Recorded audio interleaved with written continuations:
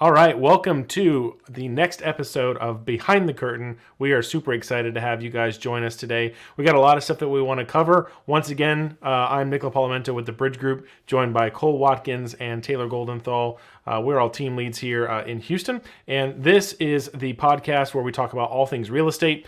So whether that's news, updates, trends, events, things that we're seeing, and our ultimate goal is that you would be able to watch this and learn about something that you can implement in your business, give you ideas and strategies that we see working today with the agents that we coach and train. So we've got a few topics we want to hop in here.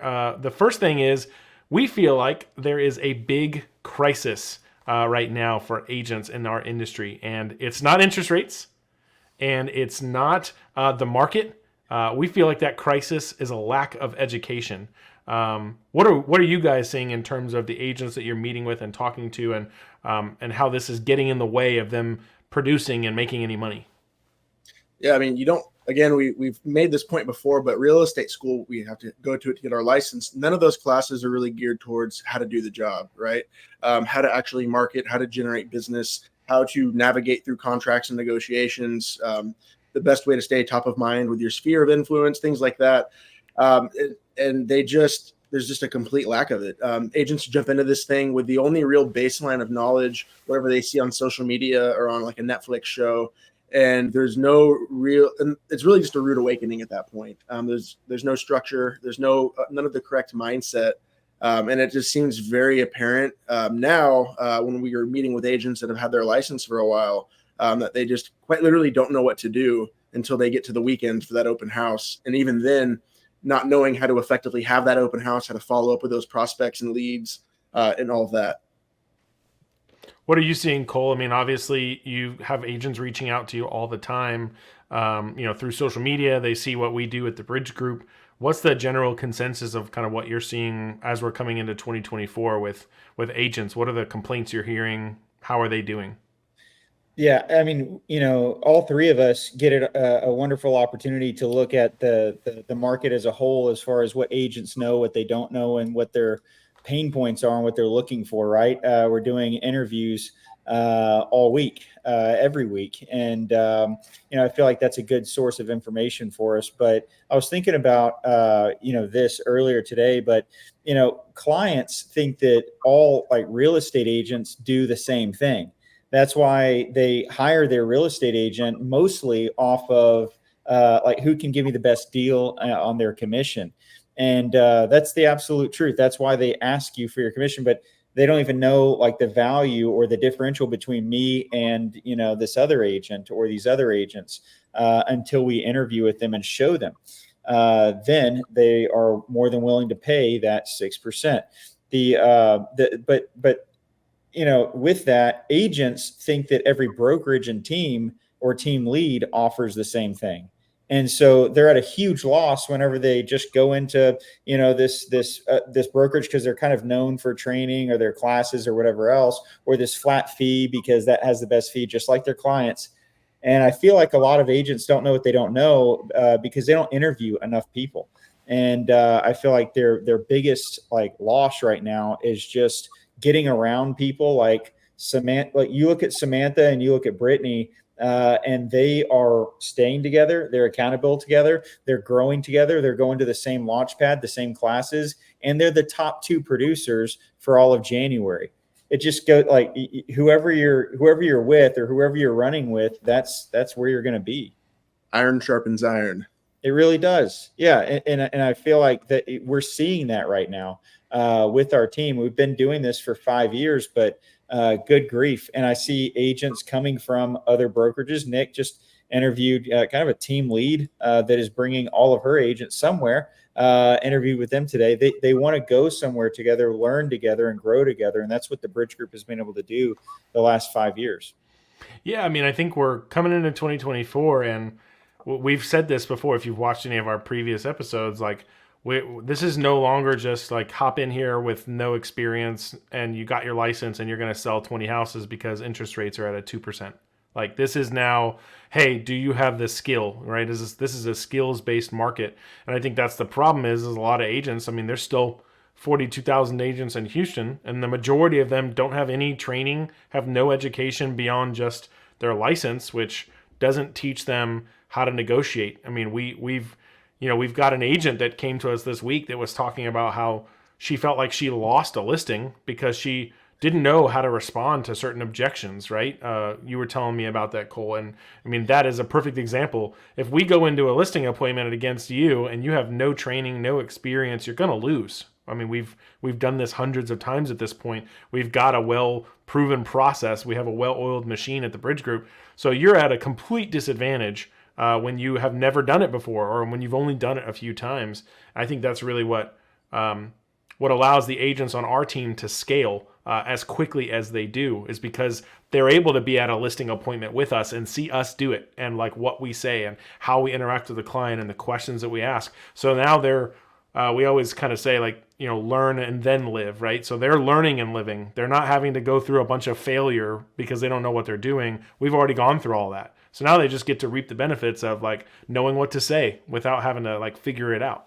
Yeah, and it's that people always get caught up in the whole splits argument, but that particular person you're referencing made the point of, well, I'm losing so much income not being on a team, not having that support, not having someone that can close the deal if needed on one end of it. And then it's the whole thing of, I know for myself, if I was an individual agent, and I've been fortunate to have a lot of my business come from my own sphere of influence or self-generated, but I wouldn't have reached these levels of sales. I wouldn't have pushed myself that hard or been that this tactful and again, just going back to that iron sharpens iron thing. You have a room full of people that all have a hunger and a desire to have these skills and make this money and close these deals. Yeah, I think a big thing that we've recently implemented and maybe within the last 3 months is our improv classes. And talking about the crisis within the market, it's not just a crisis in real estate. It's just in with everyone sucks at communicating. That's just the truth. And so, we are giving them scripts and we're teaching them these scripts, but we realized at our leadership breakfast, we're giving them the words to say, but not how to say it. And so that improv, I know, Pratik has come to me and told me, Samantha has come to me and told, Andy has come to me and told me, I think Brandon was talking about it today at base camp, but he was saying, look, like, I need to pause. I need to, read. I need to ask more questions. And going through that absolutely helps them deliver the right kind of communication and the script the right way. There's a right and wrong way to say the same words. And I feel like that is a huge crisis in the real estate community. Just knowing the agents and seeing them come in and watching them at open houses and so forth. Yeah, I mean, there's only so much that I think having a good personality gets you. Like, you can be a nice person, right? And you can be like a likable person. But if you don't have the ability to communicate clearly your value when you're meeting with a lead, I mean, this person doesn't know you.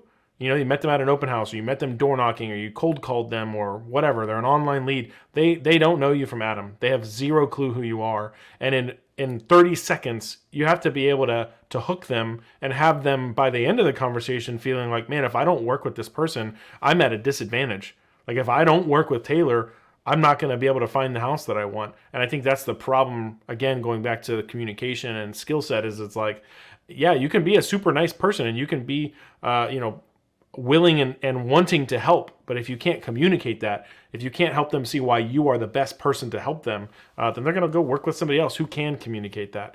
And that's why we tried to place that focus on doing the communication and role play class, is because we can tell you and we can hand you the playbook, but if you don't know how to run the playbook, if you've never seen somebody else run that play, then you don't know what it looks like. So I'm telling you to go left and post. Like, what does that mean? Like, or I'm telling you to hook right. Like, I don't know. Like, what does that look like? How fast do I do it? When am I supposed to expect the ball to be in my hands? So being able to watch somebody and have a coach that says, I've run that same route, do it like this. I mean, that's why you do that in football, for example.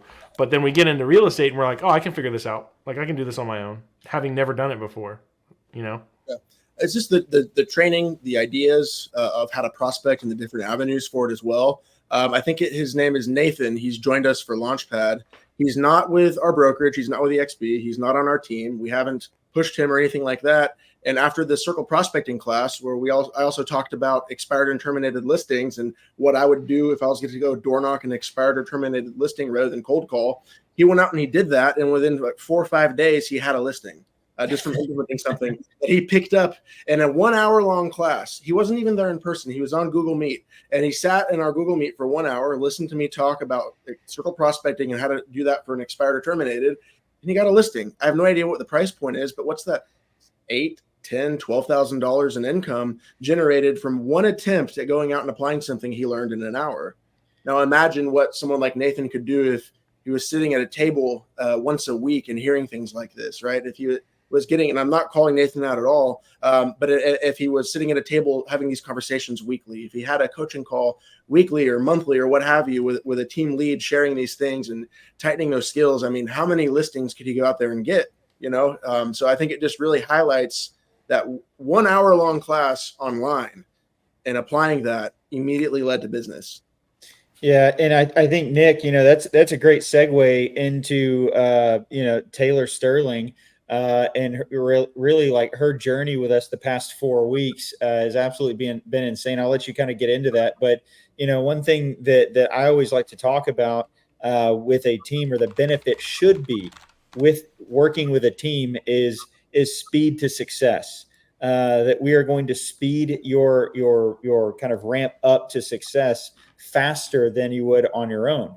And so you're going to get multiple pieces of business in the same amount of time that another agent would be out there struggling, trying to get their business going and figure out like, what the hell is a CRM, or what do I do with this? Or, I heard an agent today, one of our agents was like, I just got kind of lost in our CRM. We're like, stop that, like, don't do that. Focus on income producing activities, holding them accountable. And then you have things like today, or I guess, the past 4 weeks with Taylor. Go ahead and share a little bit about that. That's you threw one more on me today, right before this call. And I had no idea. Yeah. I mean, we just had to really give her props. I mean, she is currently in her 5th week with the Bridge Group, but she set 4 buyer consultations in just 4 weeks. Literally got her license, joined the Bridge Group, has never been an agent before. And just by applying what we're talking about and applying what we teach in our Launchpad training, which we've mentioned here, it's a 30-day intensive training where we're doing 3 classes a week, Monday through Wednesday, for 4 weeks. And then we also include a couple communication and role play classes in there. And so just in the 4 weeks that she's been with us, she set 4 buyer consultations. I mean, these are real people. I met with one of them last night. We did it over Zoom. They're a first-time home buyer. She met him at an open house. The husband is a veteran, and they're looking to buy their first home. And she just took what we applied. She shadowed a few open houses with our veteran agents to see how they say it, what they say, how they get people to sign in, and she did it, right? And one thing we have to give her props, because she still, as a person, had to put it into practice, right? Yeah. Her success is still ultimately up to her, but I would say the difference between her and another new agent is night and day, because she was willing to say, like, tell me what to do, and I'm just going to go do it. And then now she's getting that success. So I mean, it's congratulations to her. We're super excited to see that, and she's just one of a lot of agents who have come through our Launchpad training and have had that same experience. So I mean, we've talked about Samantha on here before. We had Brittany on here last week, landing 5 contracts, right? Like we're literally having the best January that we've had as a team. And it's not like our team has a bunch of agents who've been in the business for 20 years, right? Like, we are a young team, being only having been a team for 6 years. And most of the agents on our team have only been in the business for 3 years or less. And we're literally having our average like 2 years. Yeah, our average is 2 years. Our agent has probably been licensed for 2 years. Yeah. Now, then you look at the industry average, and you're like, okay, the average agent sells 2 to 5 houses in an entire year, and most agents are out of the business in only 3, right? And then you have somebody like Taylor, who's got 4 people she's going to be working with. That's like an entire year's worth of clients in just a few weeks, right? Yeah. So again, the proof is in the pudding. It's the education. One, you have to have that drive and that determination. That's something that we can't make somebody have, right? They have to be ambitious and want it. But that education component is what's lacking for so many agents, is they just don't know what they don't know. Well, maybe, like, so, and I think it's like we know what we mean when we say education, right? But I feel like Keller Williams Bold, and you have all these other like training classes and that are education. But it's not the education. And then now let's go do this. Like, one of the agents is going with Taylor tomorrow to go door knock, for his open house, and then going to the open house with him. So it's not do as I say. It's let me show you how to do this, right? Do as I do. And I feel like that's what I mean whenever I say education. Sure. It's not just like here's the chalkboard and let me write some stuff up here and now go do it. But I feel like even today, the base camp with accountability, I was so encouraged to sit there and to have these agents literally saying like, well, my conversation goal is 18 for this week, and I'm only at 7.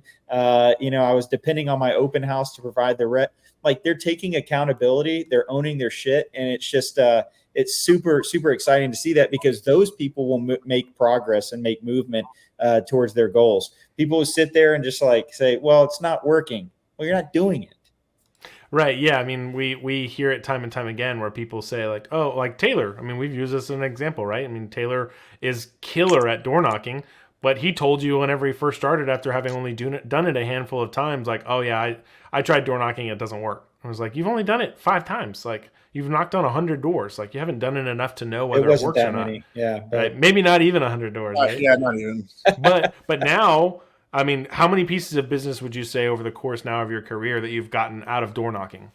If we were just talking purely like the person that I knocked on their door, about 20 or so. If we're talking about things that branched out as a result of that door knocking, like got a listing, over 30. Yeah. So you're talking about 5 to 6 years worth of an agent's production that you've done in 2. Yeah. I'd say closer to 3. But again, circle prospecting is probably like my third most fruitful form of prospecting that I have, Right. And you were prepared to not do it anymore because it doesn't work.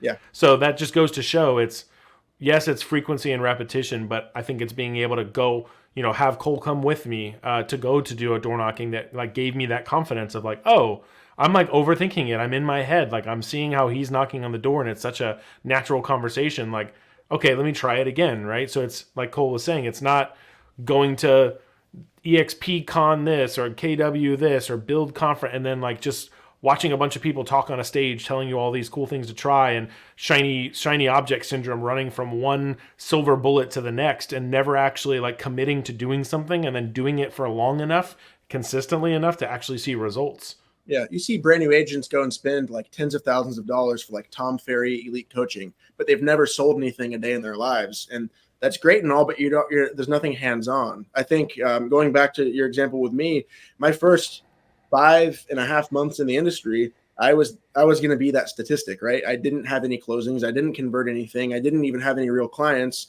And I almost quit. Cole wouldn't let me. But what I realized was I was just showing up, right? I was showing up. I was going through the motions. I was doing the open houses. I'd knock on a few doors. I'd make some half-assed attempt at a database email. But then I had to sit and reframe myself and go back and say, hey, let me shadow Nick again. Let me shadow Cole again. 5-6 months into my career. And then I realized, that aha moment. Wait, it's all in the details, right? And YouTube videos and seminars can teach you the 90%, but it's all in that last 10% is where the actual conversion happens. Yeah. And it's like like Cole was saying, it's the education is only going to get you so far. We think that we believe and agree that is a crisis, is a lack of understanding, a lack of knowledge, but it's the application of that knowledge that really then becomes that point where it actually is a tipping point and starts generating something for you. So we're not saying don't go to conferences and don't get training and don't watch stuff. Those things can be beneficial, but are you surrounding yourself with somebody who's been where you want to be? Right? Who's gone through it before, who can give you that guidance in that direction. I would love it if all of us were Ryan Serhants, where we can just like go figure it out on our own, but most people are not like that. Most people need to have somebody around them for support, for collaboration, for resources, for mentorship. There's one Serhant, there's so teams is really, we've seen the value in that. And yeah, we run a team. So of course, maybe you would think like, well, yeah, of course you think that teams are good, but we've just seen so much proof from the agents who join our team who were not on one before and seeing their businesses get transformed that like that's why we preach it. It's think about learning styles. Everyone has different learning styles. Imagine if like school was only online, right? It was just you had to watch a recording and then you had to take an exam. How many people would have failed out of school, right? How many people would have been held back years and years and years? Everyone has different learning styles, and for some people, a select few, all they have to do is watch a video or read something. They can retain it, they can figure it out, and they can apply it. But the universal learning style is, hey, I'm going to tell you how to do it, and then I'm going to show you how to do it, and then we're going to do it together. And that is the universal learning style that has a 100% success rate. And that's what agents need when especially when they're starting out. And if they want to be able to take those next steps and go from closing 10 deals a year to 20 to 30, hitting that coveted $100,000 and then bring it to 2, bring it to 3, it's those next steps. And I think it's that learning style of that hands-on, we're going to do it together, has a 100% success rate. Yep. Yeah, I mean, we could talk about this all day long. What I would say to anybody watching this that's in the Houston area, we are always looking to hire. We've had a lot of people reach out to us over the last few weeks as we've been doing Launchpad, asking if that's something that we have available positions. The answer is yes. Well, we're always looking to grow the team. We'd love to have the opportunity to show you what we offer and our resources. And if it's something that you feel like you can see growing your business, then let's have a conversation about it. We'll have information in the description about how you can reach out to us and set up a call. Let's chat about your business and how we can grow it. Even if you don't want to leave your brokerage or your team, like come to our next Launchpad. Like we have probably a dozen. We have some repeat agents with other brokerages, with other teams. We have other team leads even sitting in on our Launchpad training. You don't have to be a member of our team. We'd love for you to be a member of our team, but sign up for Launchpad and sit in on it and get some value. Let's make the industry better as a whole for all of us and improve those god-awful NAR statistics on like failure rates and total transactions. Yeah. I mean, our thing is like the proof is in the pudding, right? So come to the training, like see that what we're saying is real. Surround yourself with other agents also trying to grow. There's no obligation to join, but if that's something that you're looking for, then just let us know. We'd love to chat about it. So moving on, our next topic that we wanted to get into is something that we have actually learned more recently that I wouldn't say that we were against it, but I would say we're always looking to grow and to improve and to learn from what we don't know. And we wanted to talk about online leads. This is a big topic that everybody talks about, that seems like super common. Everybody offers these leads, and that's what they promote their teams with. For us, this is actually something that we really didn't do very much for the first few years. So how do we feel like online leads are going now, and what do we feel like has changed about our opinion on online leads? Well, I mean, it's not so much that we were even like just not doing it or weren't fans of it. Like we did not like it. Like I feel like I was like more so hostile towards it, right? Because I kind of like with my real estate career, like bootstrapped it and was like in an open house every weekend for 2 years. I was door knocking. I was building my sphere. I was doing client appreciation part. I was doing all of these things. And I kind of looked down on the online leads and online lead community. And then, I tried a few online leads and it didn't work. Right. And it was just the same story as Taylor, what he was talking about, door knocking a few times and it didn't work, but I was just doing it wrong. And, I was also discouraged by the average rates, which is, 2 to 4% success rate with online leads. And that's average. But looking at the Bridge Group, we hardly do anything at average. So, and I don't want to be average. So the thing is when you look at people that are doing it successfully, it's like a 15 to 23% success rate. If they have a cadence of accountability, if they have a follow-up system, and if they are watching those leads, right, and holding those agents accountable. And that's the difference. That's what we've been able to see as far as, wow, okay, we turned the online leads on, I don't know when it was, maybe November, December, and we are already seeing closings. We're already seeing escrows, and we're already seeing these agents setting appointments from the online leads because there's a cadence of accountability. There's a follow-up system, right? And then the agents know that at 6 o'clock, Cole's looking through Lofty, which is our CRM, and he's looking at those leads and seeing, okay, we've had that lead in our system for 3 days. Are there at least 3 touches on that lead? If there are not, I'm taking it away from you. And so it is extreme accountability when it comes to things that I'm making an investment in, and we pay for those leads. So I want to make sure that I'm getting a return on that investment.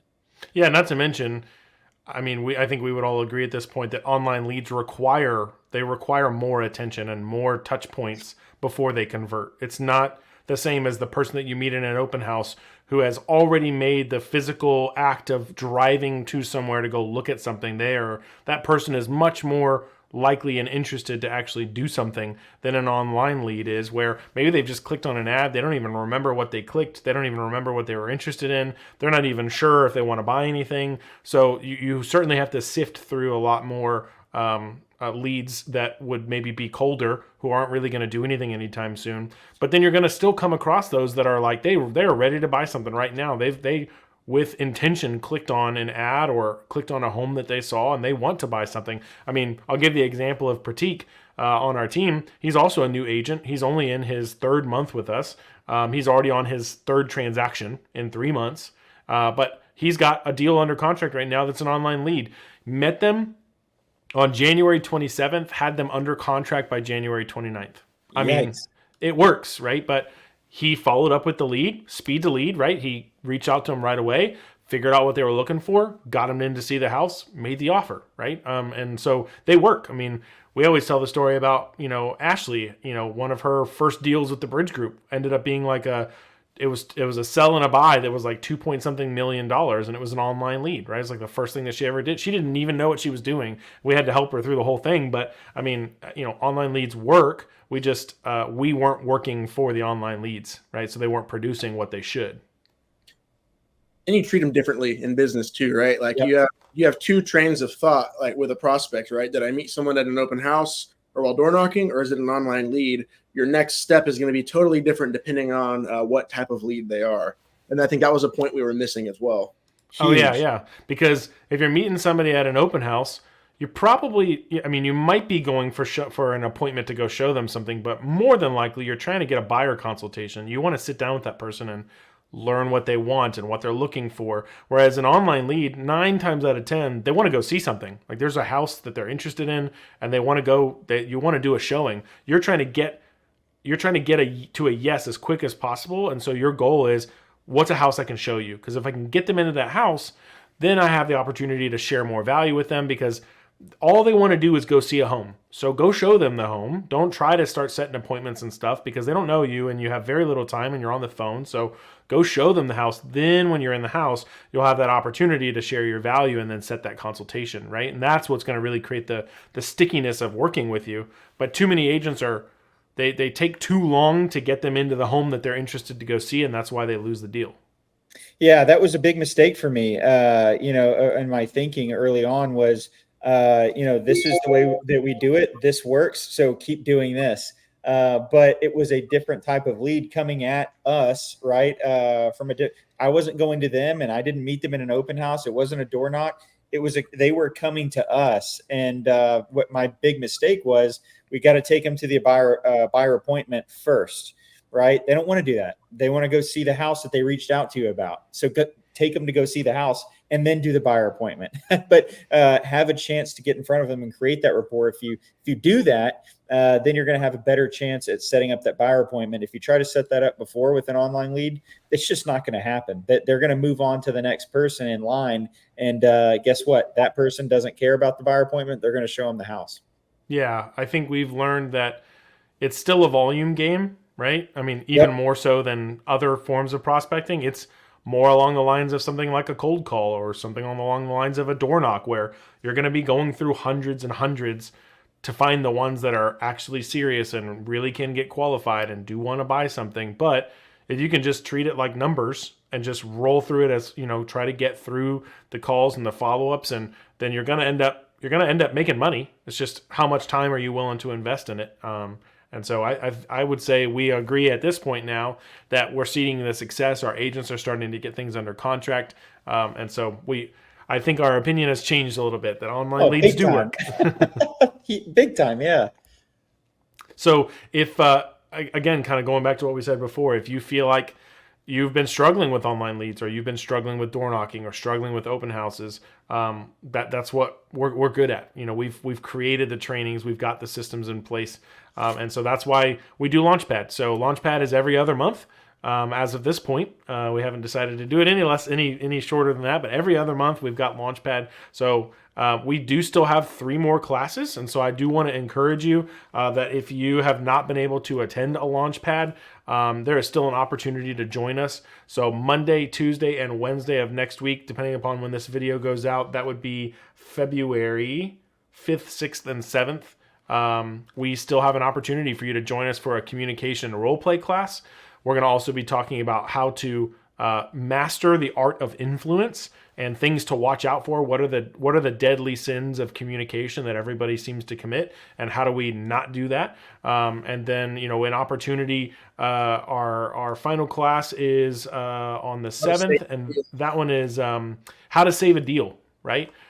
Which is we're excited about that. These are 3 new classes that we didn't do the last few times around, but we felt like there was a need to, again, not just tell you how to say something, or not just tell you what to say, but how to say it, and then teach you some of the skills we've learned as we've learned to master communication to help in your conversion. And then how to save a deal is really, things are going to go sideways. I mean, most agents, if you've done a few deals, you know now that it's not as simple as sign a contract, make some money.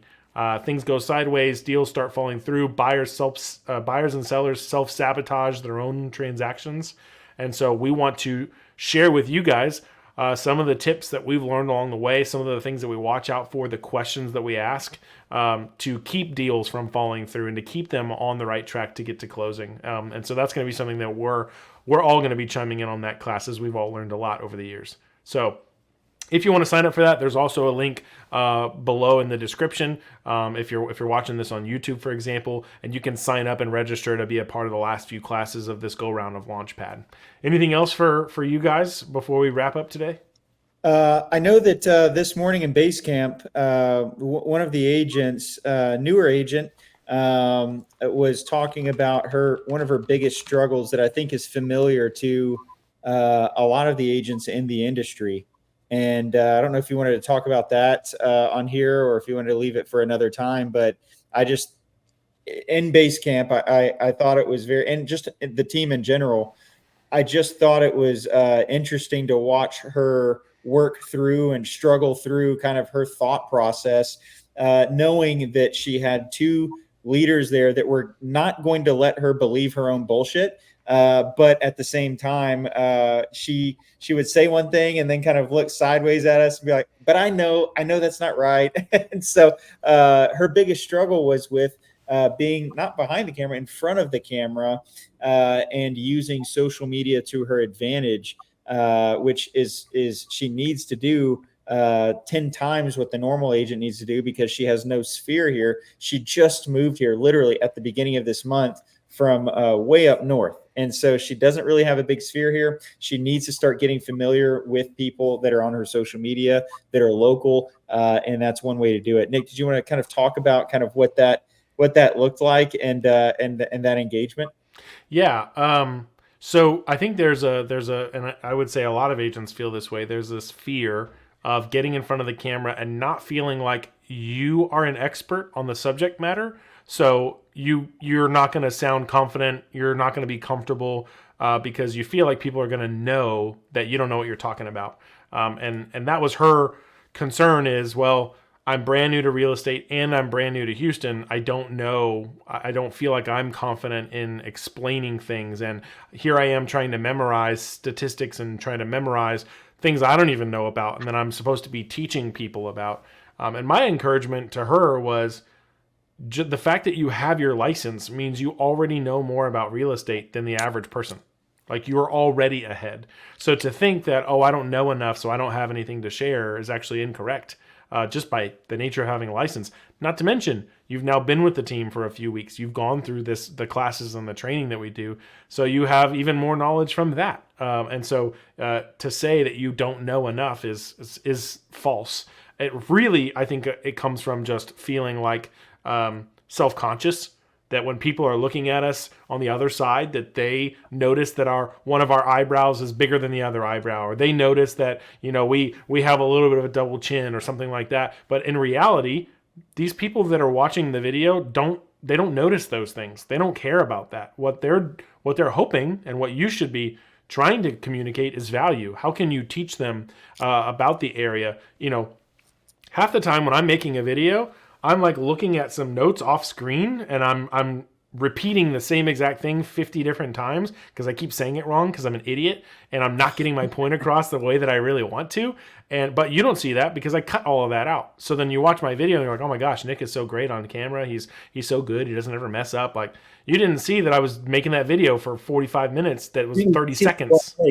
Yeah, 10, 12, 15 takes on the same stupid thing. But I guarantee you this, because I've done that 15 times, when that topic comes up at an open house and somebody's like, oh, how's the market? What do you think?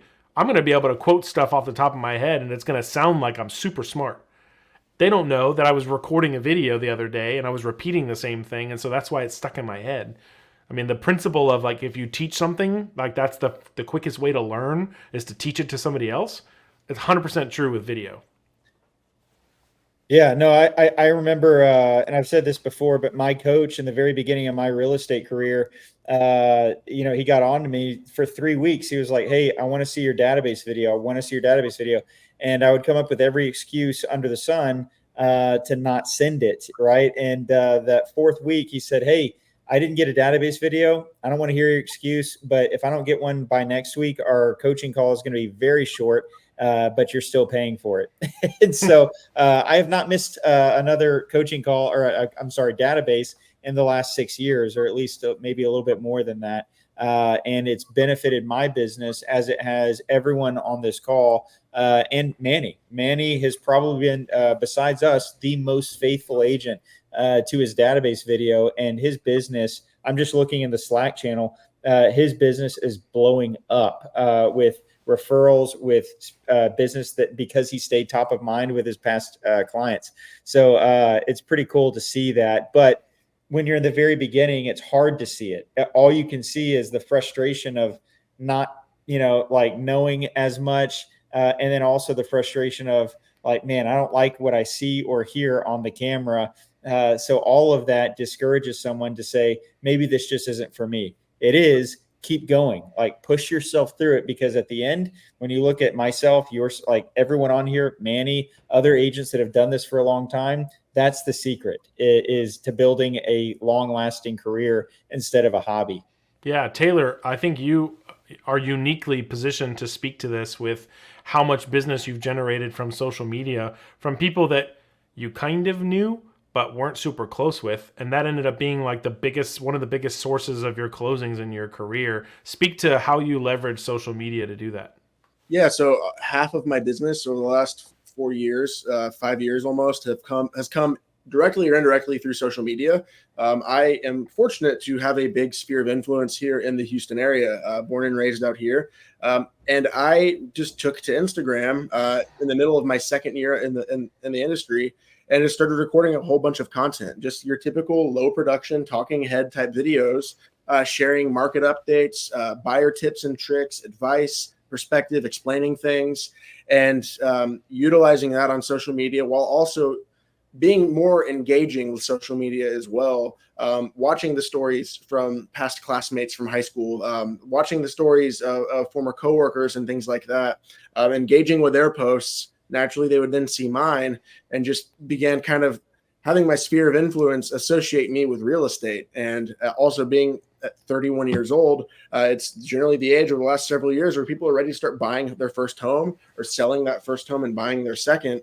And I honestly think it's somewhere in the ballpark of 70 transactions have started directly as a result, that started from a DM on Instagram from someone that I went to high school with or knew from childhood that I had not seen in 5 to 10 years. Over 70 transactions, either with that person directly or a referral that led from that person. Jeez.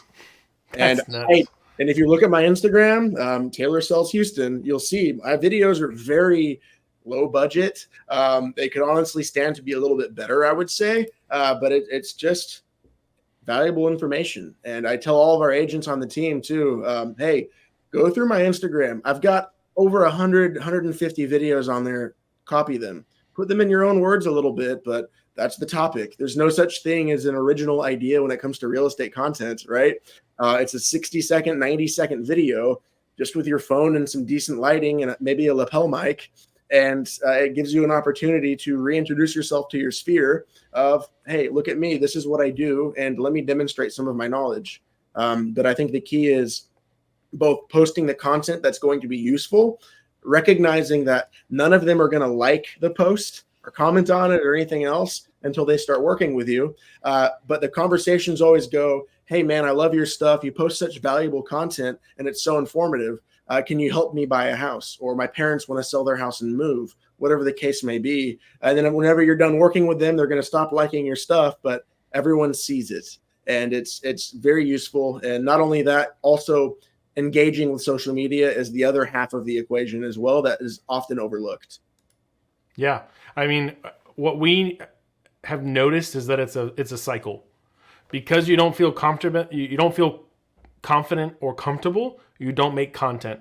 And because you don't make content, you don't feel confident and comfortable. And so then you don't make content. And then you just stay in a loop and you never get out of it. There's never going to be a point in time where you're going to feel confident enough to start. You just have to start, and that will give you the confidence. So it's one of those things like the more that you repeat the same stuff, the more that you talk on camera, the more confident about the material that you become, which then allows you to feel more confident about making more material. And then now, 6 years later, you're like, yeah, I don't care. I'll be on camera, like no problem. But that only started because at some point you were like, what do I have to lose? It used to take me 3 hours to record a 1 minute long market update. I would be fighting tears by the end of it. And now I would rather talk on camera on video than have my picture taken. It can change that quickly, but it's just, you got to get over that. And then recording the video, recording the content, and talking about real estate on camera is going to make you so dangerous with that prospect at an open house, with that prospect from door knocking, at that buyer's appointment or that listing appointment when you're dealing with some objections. That will make you so dangerous and so comfortable to do that. Because for whatever reason, we're more nervous talking to ourselves on a screen than we are talking to a person in front of us more often than not. So I can't recommend it enough. Don't overthink the content. There's no such thing as an original idea. It's real estate content. Draw inspiration from other people. It's important to put them in your own words so it comes across organically like it's yourself.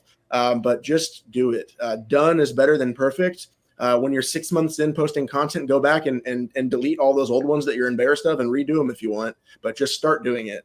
I actually disagree with that. I think you should leave all those old videos and still redo them. Yeah. You want that backlog. Yeah, I have old ones if you go through mine, but like look at Sahar, for example. We've been telling her to post videos for 7-8 months. She posted 2 so far. Both of them were kind of copies of my videos, and she got way more engagement than I ever did on mine. And I guarantee you it has led to conversations in real estate. And she just posted 2. Right. Just got to do it. And my journey was a little different. I didn't focus so much about posting content on Instagram. I focused on doing YouTube. And so it wasn't until I posted 52 videos on YouTube. That's a year, once a week for a year, before I ever got any traction. And that next year, after I posted those 52 videos, I kept posting. I actually closed 5 pieces of business from people that reached out through YouTube who were moving here from elsewhere or who were locals wanting to move to another area.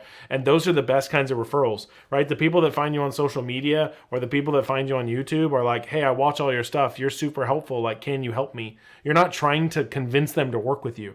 You're not trying to like prove your value. They already got the value because they watched your content. So now like they want you to help them. They want to work with you. And so those are the easiest layups that you can get for clients because they want to listen to what you have to say because they feel this reciprocal effect of, oh, you gave me a lot of value. So like, I want to listen to what you have to say and I want to give you my business. So, too often we're chasing down people that don't want to work with us and we're trying to like convince them. But if you can get really good at being on camera, then you can attract people to work with you. They're awesome. your pages or your resume at the end of the day. You meet someone at an open house, you drop off a flyer at their door, and before they call you back or agree to set that appointment, what are they going to do? They're going to Google you. What are they going to find? Are they going to find a Facebook page that shows someone that's a real estate badass and knows what they're talking about? An Instagram page that shows that someone's a real estate badass, YouTube, so on and so forth? Or are they going to find a private profile or someone out clubbing and going to brunch every weekend and posting glamour shots or shirtless gym selfies? You know what I mean? What are they going to see? It's your resume at the end of the day. Yep. Cool. Awesome. Yeah. Got to do video. You got to get on social media. Got to share what you're learning. If you don't know what to talk about, don't know what to start with our channels. You can look me up on YouTube. You can look Taylor up on Instagram. Look Cole up in the Bridge group on Instagram. Copy what we're doing. Or you start with just sharing what you're doing as you're doing it, right? Just documenting what you're doing. Don't try to come up with content. Just, okay, I'm running a CMA for a client. Share that somehow. Make it a story. Do a boomerang. If you're attending a training, make a post about how you're at that training, learning new skills that are going to make you better for your clients. Like, you can document what you're doing. If you're out doing showings, do a video of the home that you're showing. If you don't have any clients, go preview a model home and go film the model home and share that. There is an endless amount of content that you could produce. You just got to pick something and just start posting it, and you'll figure it out along the way. Yeah. The main thing, in my opinion, is just look at the your peers in the industry and look at who is actually selling more homes. I guarantee you those people, the majority of them, are in front of the camera, and they are a value source to their sphere constantly. I know that Manny, he got a DM on Facebook the other day from the wife of a husband that he had sold a property for years ago, and she just followed him on Facebook and never engaged with him, never liked any of his pictures, never commented, nothing. But she sent a DM and said, I have a house that I need you to sell. You sold one for my ex-husband a while back, and I need your help selling my house. Beautiful townhouse right there in Houston, huge. I mean, that she's not interviewing anyone else, but she just reached out to him and said, come list me. I think that, whenever I see people that are having tons of success and that they're doing something consistently, that usually means that works. And so there's no pride here. I'm just going to do exactly what they did, maybe put my own spin on it. But if it's something very specific, don't put your spin on it. It already works, right? Just follow that system. And if it's video, don't make it like the journey of success. It's already long. Don't make it that much longer by not doing something that successful people are swearing by. Yep. Well, I would say if you're watching this video, comment below what you're doing in your business, social media wise, that you feel like is working and is generating leads. We would love this to be a community where people can learn from each other. Also comment below if you feel like you're not getting the success you feel like you should be having on social media or with online leads, or if you feel like you're lacking training, send us a message. Let us know. We'd love to, again, talk with you about how we might be able to help you grow your business. So reach out. We're happy to do a private consultation with you and see what we can do. But that's all for today. We hope that you're getting value out of these behind the curtain episodes. Once again, we're so happy that you stuck with us to the end, and we would love to see you guys on the next video. We'll see you then.